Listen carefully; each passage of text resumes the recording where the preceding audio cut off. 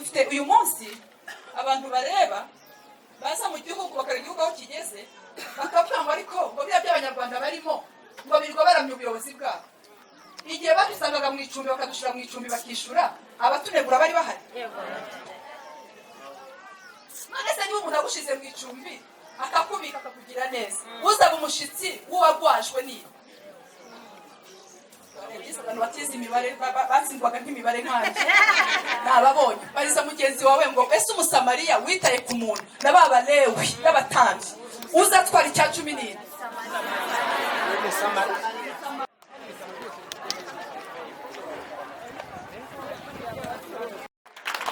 Yesu nashimwe. Bavuze ijambo ariko ngiye kuvuga ijambo mu buryo butandukanye. Ndavuga igituma turaha. Bibiliya avuga ngo ese abantu babiri bagendana batasezeranye. Haleluya. Ndabakiriye muri Noble Family Church ariko abaje hano baturutse muri Women Foundation Ministries. Twaturutse kuko ibihuro niho twahagurukiye tuza hano tuza mu murimo w'Imana. Mureke dukomere Imana amashyi dushoboje. Dushoboza kongera kuba hano. Yesu ashimwe. Nshishijwe bugufi no kubasha kwakira abantu bateraniye hano, abaturage haleluya bo mu murenge wa Kinyinya. Mureke namwe mwikomera amashyi, ariko byagera muri Kabuhunde bikarushaho. Reka dukomere Imana amashyi cyane cyane cyane. Turashimira inshuti n'abavandimwe twazanye, abanyamuryango ba Women Foundation Ministries ndetse n'inshuti zacu baje kugira ngo tuze guhigura umuhigo cyangwa se ibyo twiyemeje ku Mana tuze kubisohoza kuri uyu munsi. Turashimira Imana ko imvugo yayo ari ihame. Mureke dukomere Imana amashyi niba nawe wabireke tuyishimire. Turashimira abakozi b'Imana batandukanye baje kubana natwe, abarangije guhimbaza Goreti Imana imuha umugisha avuye ku Kiriri, haleluya, ndetse na PS Imana ibaha umugisha n'umuyobozi wa gahunda. Mu mpundire nshimira Imana ndetse no ku muyobozi w'umurenge wa Kinyinya uteranye hamwe natwe, haleluya. Umugisha ugeretse ku wundi, nta kintu cyiza nko kugira ngo tubashe gukora ko dufite n'urwandiko rw'ibwami. Nk'uko Nehemiya yagiye gusana inkike z'i Yerusalemu, ntabwo yatwaye ibigambo gusa, haleluya, yatwaye n'urwandiko. Niyo mpamvu amen, nubwo yahuye n'abanzi benshi ariko kubera urwandiko yaranesheje, inkike ziruzura. Ndagira ngo mubwire ngo uyu munsi twaje kuko inkike zuzuye. Yego ayo mashara akwiriye kuko ibyo baririmbye noneho tugiye kwibona mu bikorwa. Haleluya. Yaririmbye aravuga ngo Imana yaratugaburiye, yaratwambitse, irakomeje umurimo n'uyu munsi irabikomeje, yatwibitse. Twarimbye n'indirimbo ivuga ngo yahageze. Se yahageze cyangwa birahageze? Haleluya. Imana ishimwe cyane. Jyewe ubakiriye nitwa Mignone, ndi umushumba wa Noble Family Church hano, ariko naturutse muri Women Foundation Ministries. Rero ntabwo naje nka pasiteri gusa, ahubwo naje nk'umuyobozi wa Women Foundation Ministries, tuje gusura Kabuhunde, tuje gusura abaturage bo muri Kinyinya. Muvugire ngo amen amen. Haleluya. Nagira ngo mbabwire rero kuri uyu munsi muri muteraniye hano, mwavuga ngo uyu munsi meze ute? Niyo mpamvu biravuga ngo ese abantu babiri bagendana batasezeranye. Turi ku munsi muri Women Foundation Ministries twise umunsi wo gushima, uretse ko dushima Imana buri munsi. Umunsi ku munsi uko umutima utera, umunsi ku munsi dushima Imana. Amen. Ariko tugira igihe cy'umwihariko tugaruka, tukabera nka Ana wagarutse ababona igihe wa mugore ugarutse, tukagaruka tuvuga ngo twaje kugushima, ariko ntituzi imbokoboko, tukaza rwose dufite kuvuga ariko dufite n'ibikorwa. Amen. Mbabare tuvuge ngo amin. Amen. Rero uko umwaka utashe nk'uko mubizi abanyamuryango ba Women Foundation Ministries, haleluya, ndumva umutaka nta kibazo. Uyu munsi reka mbiri ibyuya ku bwa Kristo. Haleluya. Haleluya. Hari ikibazo? Reka mbiri ibyuya. Amin. Na Yesu ntabwo yabize bike ku musaraba, ureke uyu munsi nkora umurimo w'Imana. Yesu ashimwe cyane. Nagira ngo nshimire Imana hutihuti, mvuge umunsi, mvuge n'impamvu. Tugira umunsi wo gushima. Gushima ntabwo dushima kuko twujuje, ntabwo dushima kuko dufite iterambirenge, ntabwo dushima kuko twahaze rwose.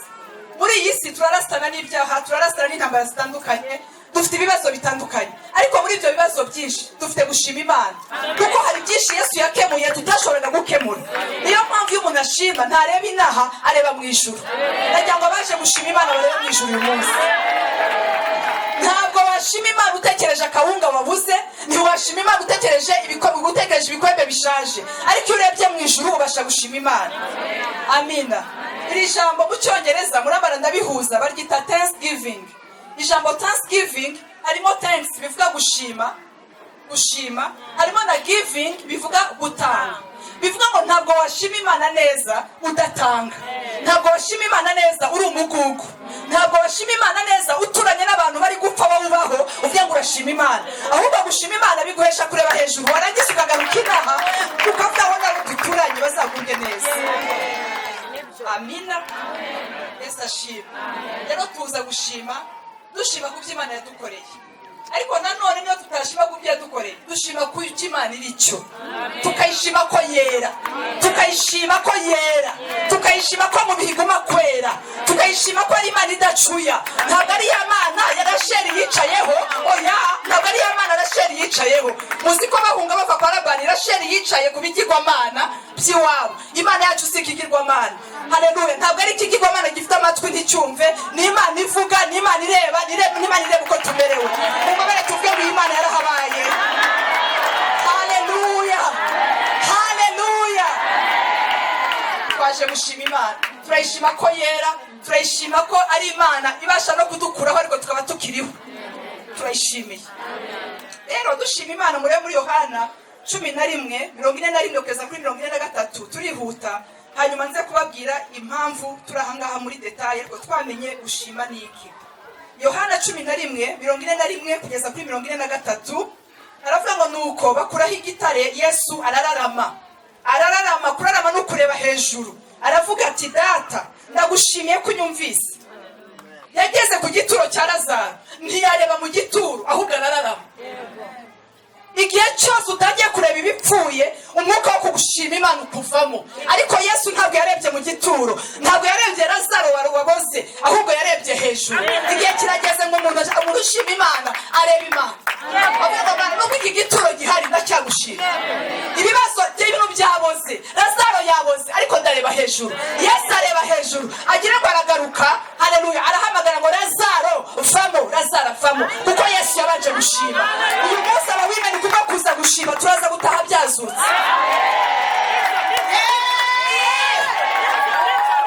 Ese hari umubanga barakama ngo rarama maze tubone ibintu bizuka.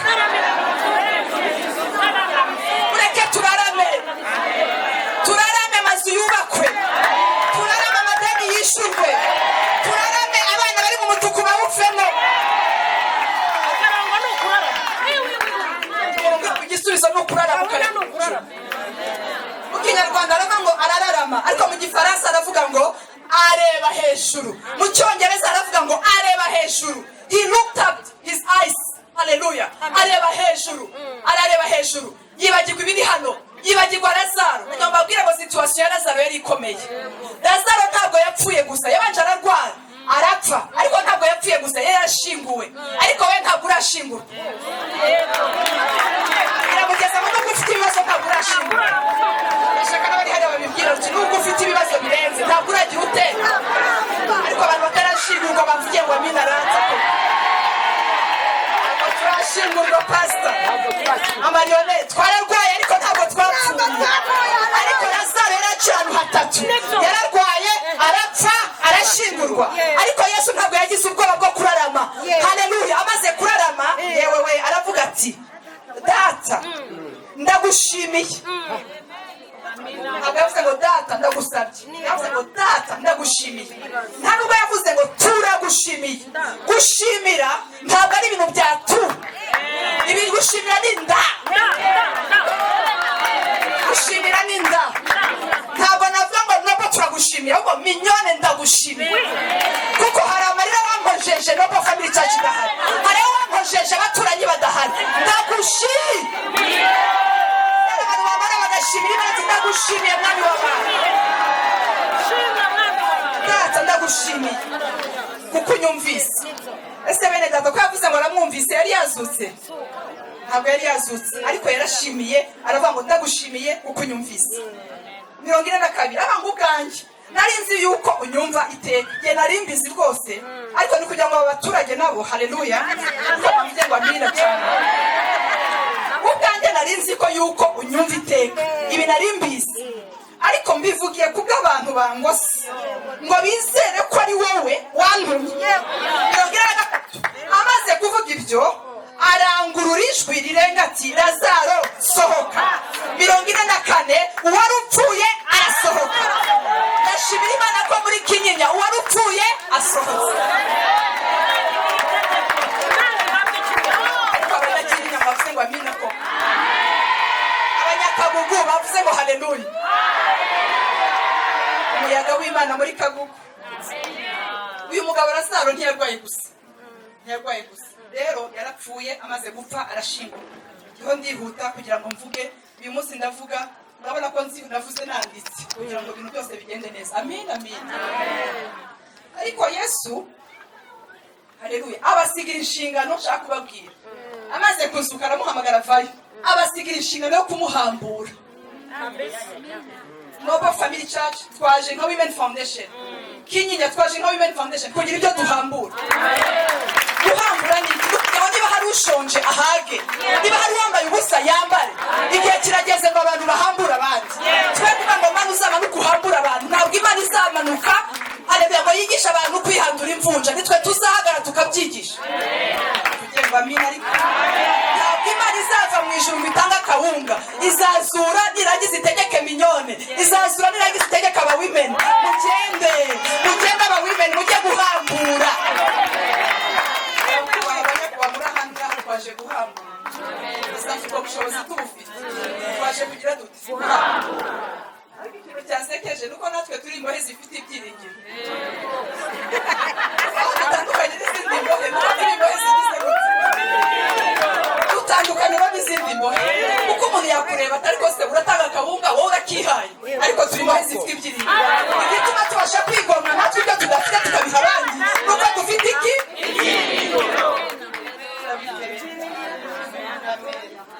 Nuko noneho haleluya. Yapfuye mu mva azingazinzwe mu myenda. Yarazingazinzwe amaguru n'amaboko, apfutse igitambaro mu maso he. Ibintu bitatu byari biboshe amaguru. Ntabwo twaje kugira ngo tubwire abantu ngo bagende barye, ahubwo twaje no kubabwira ngo amaguru ahambuke mujye gukora. Amaguru ahambuke. Haleluya. Twange kubabarirwa ahubwo tuba abantu bazababarira abandi. Amaguru ahambuke, iterambere rize. Twa amaguru ahambuke. Iturangiza amaboko agira ate? Ahambuke akore. Amen. Umuntu nyamuntu, umuntu ufite Imana umumenyera ku maboko yahambutse. Yabo nuko amaboko yabo yahambutse. Apfutse igitambaro mu maso. Amen. Rero reka dukomeze nuko. Reka dukomeze Luka 10:30. Yesu aramusubiza ati, aho ni 10:30. Yesu aramusubiza ati, hariho umuntu wavaga i Yerusalemu amanukiye Yeriko, agwa mu gico cy'abambuzi, baramwambura, baramukubita, barigendera, bamusigasigaje hato ngo agapfa. Nuko umutambyi amanuka muri iyo nzira. Umutambyi ni pasiteri mukuru nkanjye gutya. Haleluya. Umutambyi ni pasiteri wicara hano, umukozi w'Imana uri ahandi utarahangaha. Umutambyi amanuka muri iyo nzira. Muza abatambyi n'ibyanditswe byinshi. Muza abatambyi haleluya no kumenya gukorera Imana cyane mu mbaraga, bakuzura n'umwuka wera.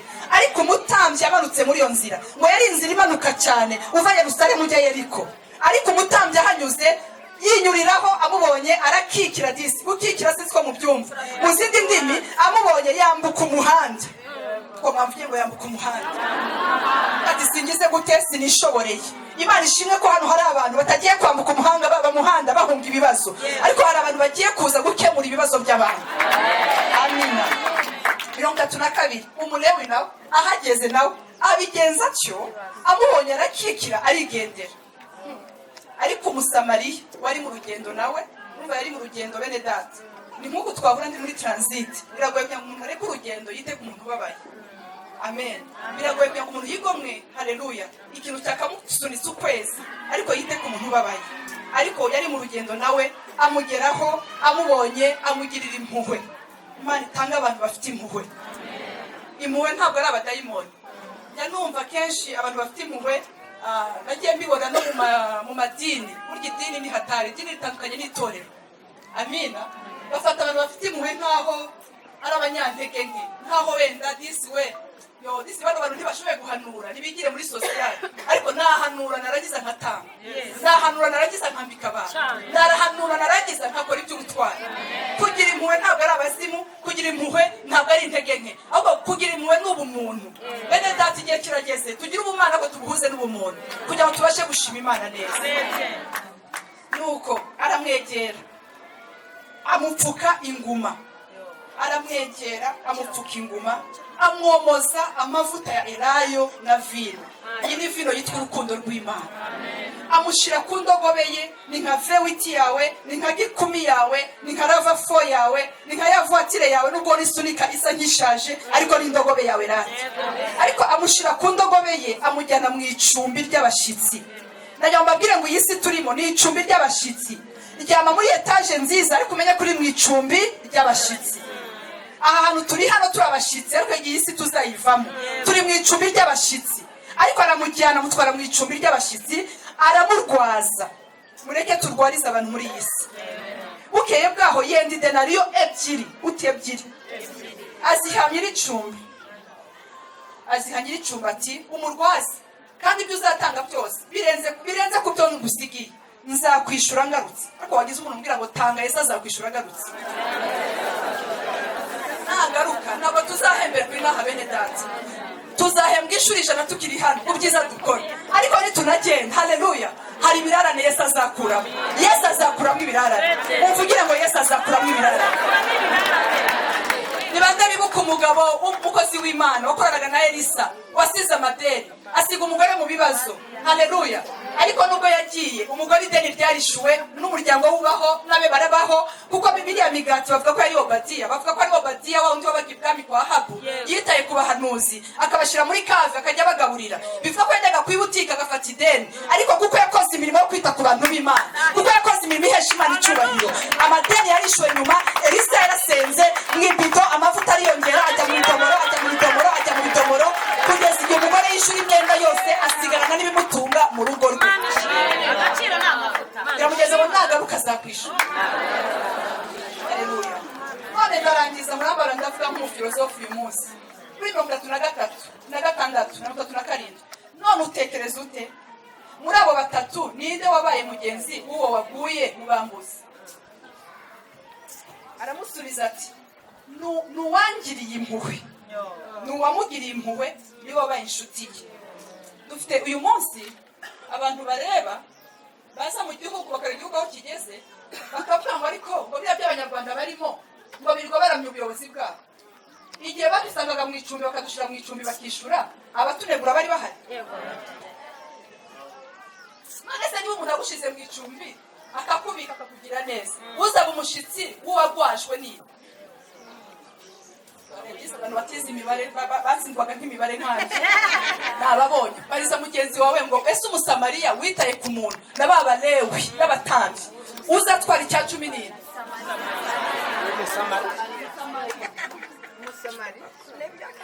uyu munsi dufite abantu bategereje ibitebo n'icya 10 ariko mbere yo gutegereza icya 10 banza utekereze icyo wakoze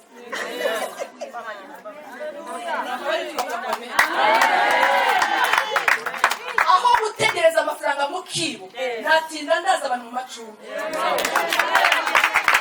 kuko umwana ndi gutakaza ashira mu macumbi ntabwita ku bantu bari abantu nibakira ejo bazaba abantu kandi niba abantu ntabwo bazanyibagirwa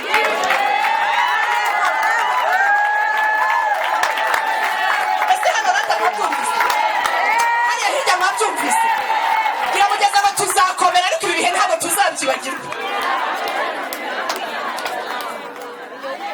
babwira ni ukuri si ukuri noneho mbariza ngo muri batatu wabaye inshuti y'uriya muntu ninde iki ni igihe cyo gukora Imana mu bantu Bibiliya ivuga ngo ibineza neza bya Yesu kwari ukubana n'abantu ibineza neza bye ntabwo kwari kujya muri Marriott ibineza neza bye ntabwo kwari kujya muri dine kwari ukubana n'abaturage ibineza neza bye kwari ukubana n'abantu barira bagahozwa amarira ibineza neza bye byari ukubana n'abantu bababaye bakongera bagahozwa niyo mpamvu abantu byarabacanze avuga bahiriwe aravuga ngo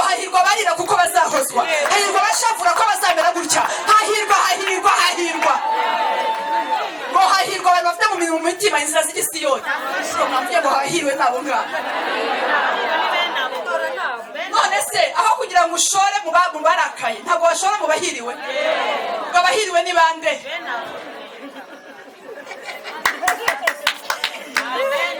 Ese mwampunze abahiriwe ni bande? Umva hahirwa abashavu. Umva Salome yabivuze neza ngo biraryoshe cyane kujya mu nzu y'abarira ikiriyo kurusha kujya mu nzu y'ibirori. Ngo ni umwami wamaze imyaka myinshi ufite experience, ariko aravuga ati nkurikije ibirori nagiyemo, nkurikije amabanki narayemo, nkurikije amahoteli narayemo, nkurikije amazu akomeye nubatse, nasanze kujya mu nzu y'ikiriyo, mu nzu y'abarira biryoshye kujya kurusha kujya mu nzu y'abaseka. Kuko burya umuntu iyo arira arumva, iyo umuntu ababaye agira ugutwi kumva, kandi yamara kumva agakomera, yamara gukomera ejo akishima, yamara kwishima ntabwo yishima wenyine, yishimana n'abandi. Ntabwo twaje aha kugira ngo tubirateho ko twambaye rinete maze twambaye neza, nuko twigeze kurira, twigeze kubabara, twigeze kwambara ubusa bamwe muri twebwe, twigeze kubura ibiryo bamwe muri twebwe, bamwe muri twebwe bigeze kutura za shungerezi batari mu mazu bari mu byatsi, ariko uyu munsi baryamye mu mazu akomeye. Ariko mwamvuge ngo amina abana b'Imana. Abandi muri twebwe bari mushiha, abandi muri twebwe bari ahantu hatandukanye. Gutegeka kwa 2:8:12 nimumara kurya mugahaga, mukamara kubaka amazu meza, mukamara kwambara shahu, mukamara za Jean Paul Gaultier mukambara lunette za Prada. Ariko mwamvuge ngo amina yacu. Haleluya.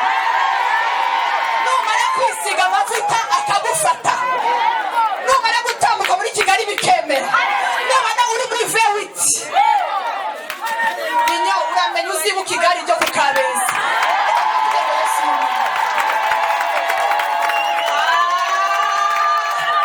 Ariko mwabise haleluya niba nta kibazo.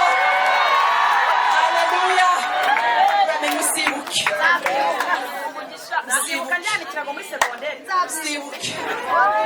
Uzibuke muri ku gitanda kimwe mwajya kubyuka, mwajya guhindukira nijoro mugahamagarana, ukajya ngo ninguhamagarana, ukajya guhana igitera kugira ngo igitanda kitagwa, mwajya guhindukira mugahindukira icyarimwe.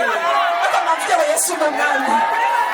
Mwibuke murya inyama ari ebyiri muri abana 12, hakabanza inyama ku isiniya, hagakurikira umuceri, hagakurikira ibishyimbo hejuru. Umwe akagacomora ukwe kugira ngo ataba ikibazo cy'amakimbirane mu bana. Uvumbuye inyama akayikuramo, uwa kabiri yayivumbura 10 bagatahiraho. None uyu munsi turarya tugasigasa. Sema ngo Yesu wewe, turarya tugasigasa. Yesu yabigenje neza. Yesu arawe yabigenje neza.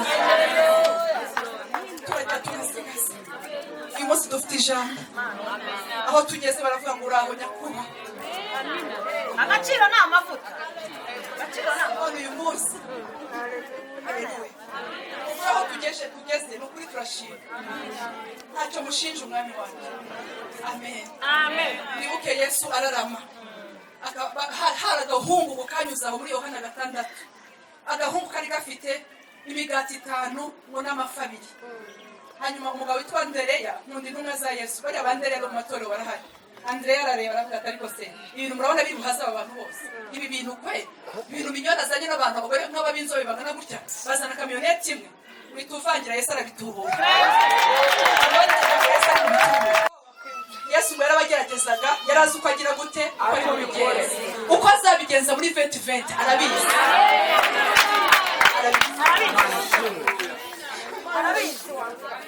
Hanyuma abibonye ngo hari ahantu mu butayu hataba amaduka, hataba butike. Uzi impamvu byabaye gutyo? Ni ukugira ngo batazavuga ngo bagiye ngo kwa Leonard ngo barakuye imifuka, abizera gake bari bahari kuva kera. Yagiye kwa Leonard azana imifuka, niyo mpamvu uyu munsi batweshe ngo babituye, ariko babituye hano haruguru. Ariko bajya ahantu hatari abantu, bajya ahantu hadatura abantu kugira ngo umunsi Imana yakoze igitangaza batazakitira umwana w'umuntu, bazavuge ngo ni Imana ishoboye byose. Ndashimira Imana yatuzanye hano hari vide, none uyu munsi dufite amashuri yitwa Ishami. Hariya hari amashuri amaze imyaka 3 yitwa Ishami Nursery School. Twaje hano mbaza Imana nk'Imana, aha hantu tuzanye, haleluya, aha hantu tuzanye tuje gukora iki? Irambwira ngo umuyaga wanjye uzaza muri Kagugu. Twari dufite ahantu k'imihurura tumeze ku mapave ku muhanda nta byondo. imana babo minyoni n'abo muri kumwe mumanuke araho igitumye mwika nkabashyira muri kariya gace kugira ngo mugire umumaro mu gihe gisa nk'iki. Turangije turumvira turamanuka turaza gutura imana kino kibanza turagitura tugitura Uwiteka. Hanyuma maze kuhagera hano hepfo hari ruhurura.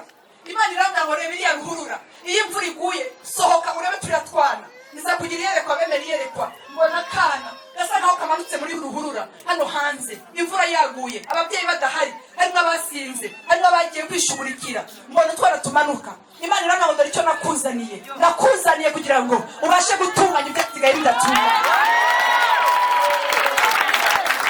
Abo twari turi kuri icyo gihe b'abasirimu bataro baravuga ngo ntabwo twishoboreye, ugenda tuzaba tugusanga aho wubatse katedrali, aho tugiye kumanuka ahantu nk'ahariya tuzaba tuzi. Bigumira ku Kimihurura bakajya baza muri Wirira no kuwa kabiri bafata posta rwose nawe tujyanyemo hariya hantu hepfo, hariya hantu bizagenda gute Kabuhunda aho bita mu gishoferi hano ahangaha.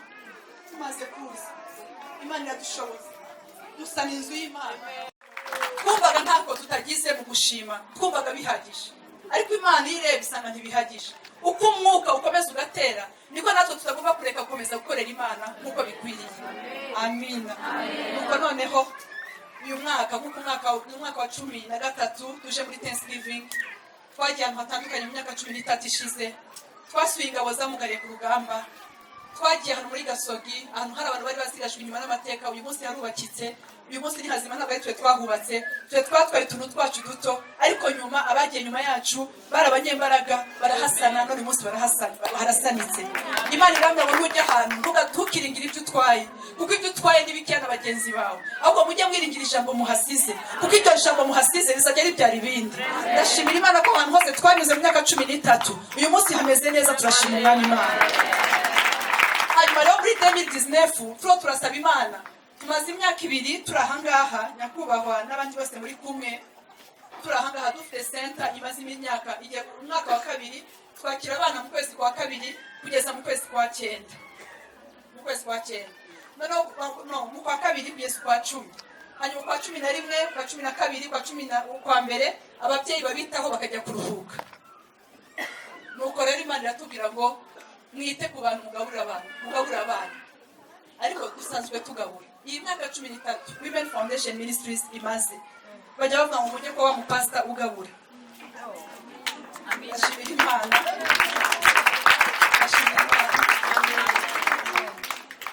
ashimira Imana cyane. Mujye kuba pasita ugabura, ariko ntabwo bavugaga neza icyo gihe, baravugaga ariko insengero sizo kuriramo. Ariko nasanze Imana yituye ahantu heza abantu bakavuga neza, siko mu gifu bameze neza cyane.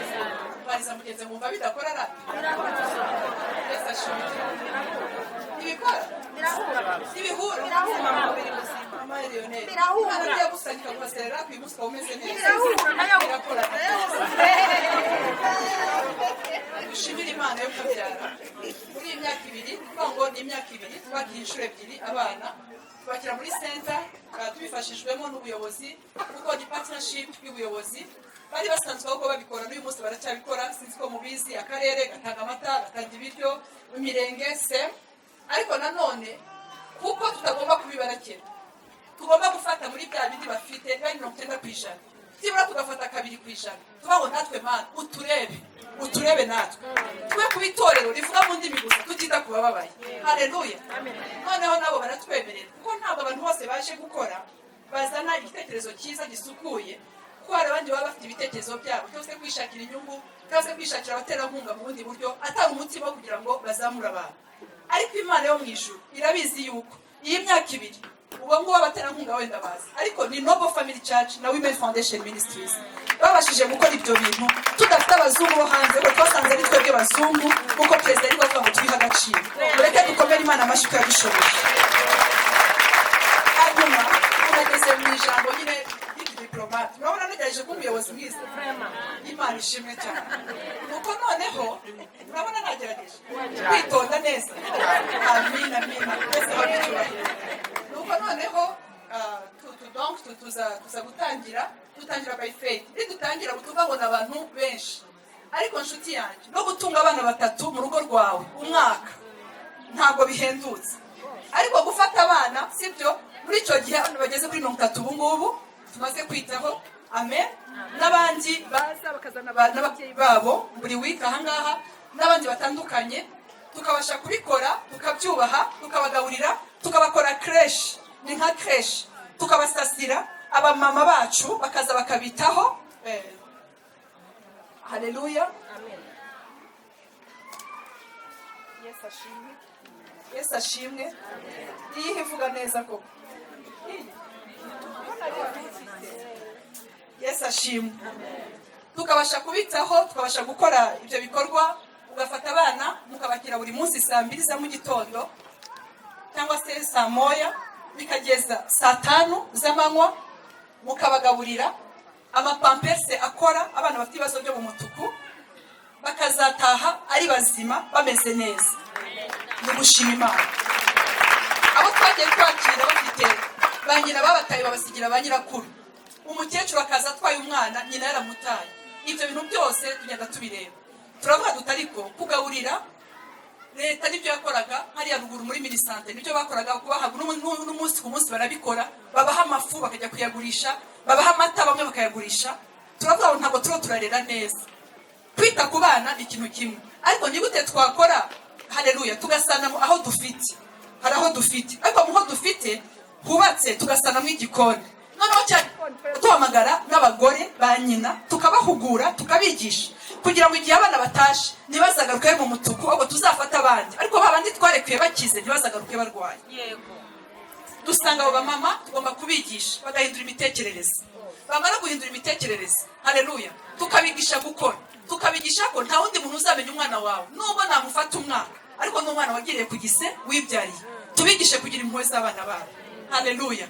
Dusanga rero uyu munsi, haleluya, hari aho twasana hatoya kugira ngo tugire igikoni, haleluya, tujye twigisha kandi dukomeze twite no kuri iyo senta neza ikomeze nk'uko yatangiye. Murakoze, Imana ibaha umugisha. Rero tugiye kwinjira mu munsi udasanzwe, nagira ngo bamfashe bame ibikoresho nkeneye byo kureberaho kugira ngo mvuge ibyo twabashije kugeraho uyu munsi. Amen. Mureke dukomere Imana amashyi mbere yo kwinjira. By'ukuri dufite abana bari ahangaha 100 turibashe kubasha kwitaho. Harimo babana bagiye twitaho mu buryo butandukanye, barimo barahari. Abo bana 100 rero kayihute.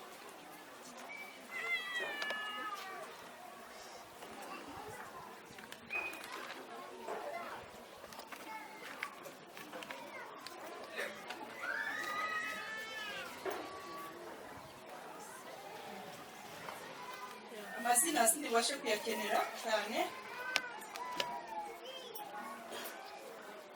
Haleluya, amina.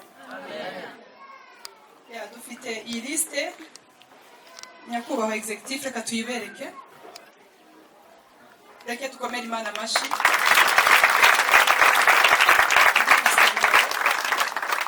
Global Family Church, abo bana bageze ku 100 mu buryo bafite n'ababyeyi. Twageneye buri muryango inkoko kugira ngo bagende bate amagi. Izo nkoko zizata amagi tugira ngo tugire abo babyeyi.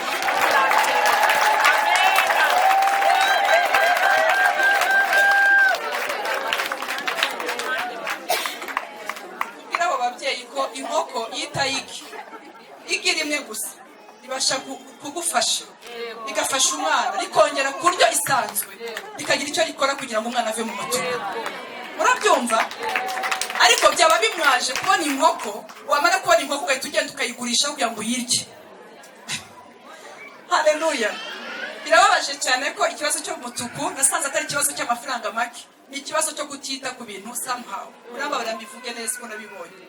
Kuko nabonye abantu bacuruza uyu munsi birirwa bacuruza binjiza 1,100 ku munsi, ariko batita ku mirire y'abana babo. Bivuga ngo si ikibazo cy'inzara, haleluya, ahubwo ni ikibazo cyo kwita ku bintu. Bitavuga ko bitabaho rimwe na rimwe abantu bagasonza, ko muri iyi si no mu gihe cya Yesu barashonje, ariko ntabwo bihoraho. Ariko mureke noneho tugira icyo dukora kandi tugikore neza. Hanyuma twateganyije mituweli. Mituweli twageneye umurenge wa Kinyinya abantu 300.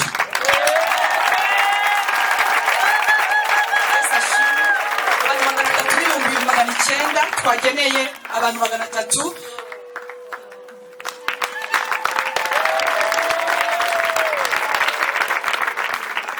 kugira ngo hamwe n'uko dukijijwe, hamwe n'uko dusenga, hamwe n'uko twuzura umwuka wera, ariko mwibuke ko dukorera muri Gasabo.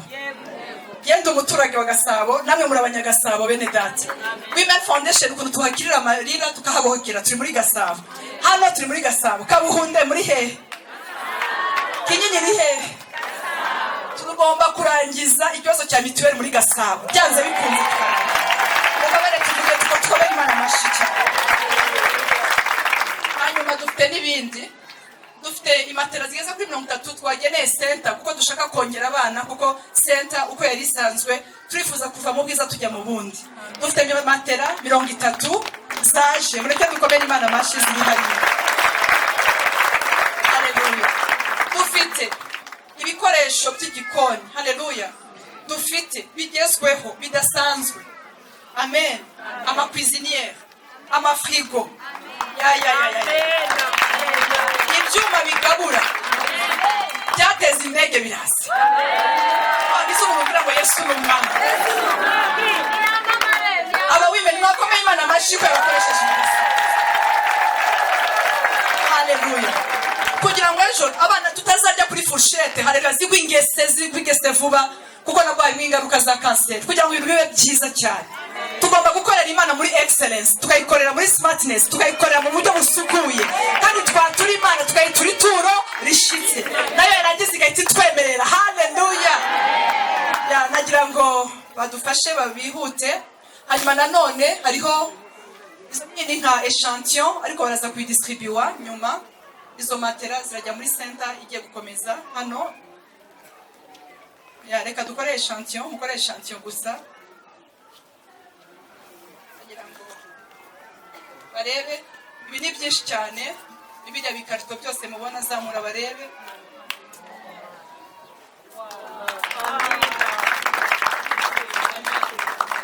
Ibijya mu icyayi, ibijya mu ji, kandi nk'uko tugomba guhugura, haleluya, ababyeyi nabo kuko community, yo twango community ntabwo ari abana gusa. Community harimo abasengera aha, harimo abaturiye aha, harimo abari hirya no hino.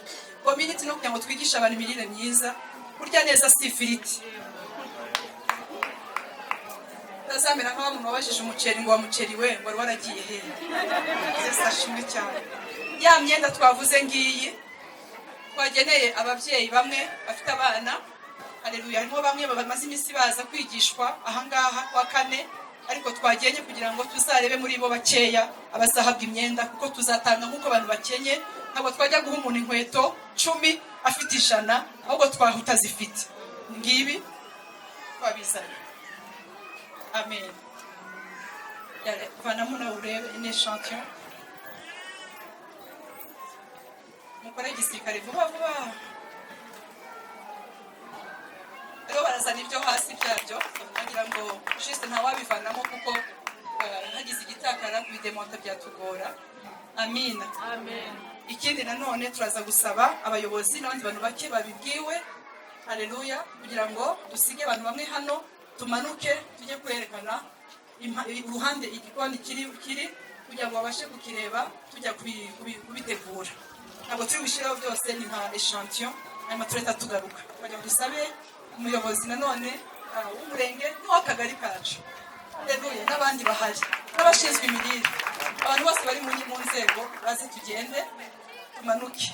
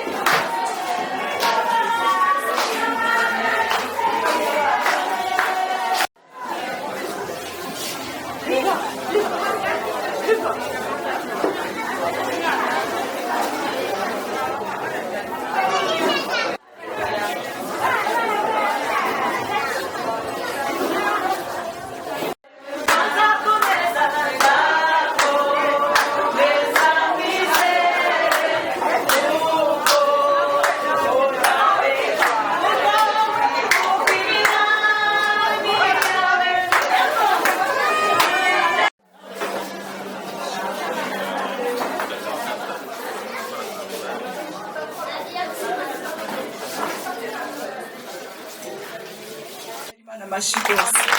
So nyuma yaho twajyaga buri wa kane tukabitaho, ariko nyuma yaho ndagira ngo ntibatange ntuza ubu none hasinzi, ariko nta kundi kababibahe wenda twari kubakira twakira umushyitsi nyuma y'ijambo ry'umushyitsi babakire nta kibazo, reka babakiritse hari akazuba ariko twagasabye Imana, ntitwagasabye Imana impamvu Imana yatwumviye.